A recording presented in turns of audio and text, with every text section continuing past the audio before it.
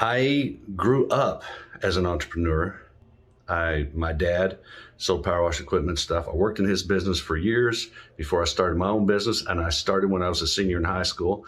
But there were other entrepreneurial things I did before I even started my business. I'm not going to get into that in this video, but what I want you to think about is, and this is my philosophy when it comes to being an entrepreneur, and why I think there's a lot more control and less risk in your life when you are an entrepreneur.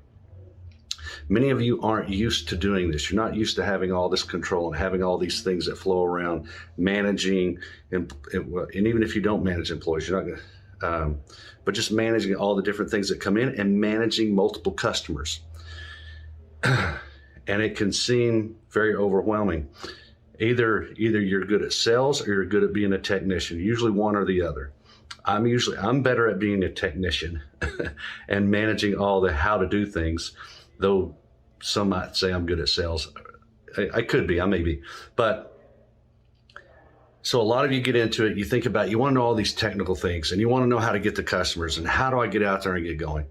Well, I want you to get over that fear and push yourself to take the plunge and get into business and do it, because the risk of working for somebody and being an employee is that you have less control over your happiness, over your future, and where you want to be in your life. Now, I get it that you can work for someone who aligns with your core values and that works for you. I have several people that work for me like that. I get that too. But if you're able to start your own business and you have that desire to do it and you take that plunge, then instead of having one boss, you really have multiple bosses because you have several customers. So if you lose the one boss you work for as a job, now you have the obligation to go find another job.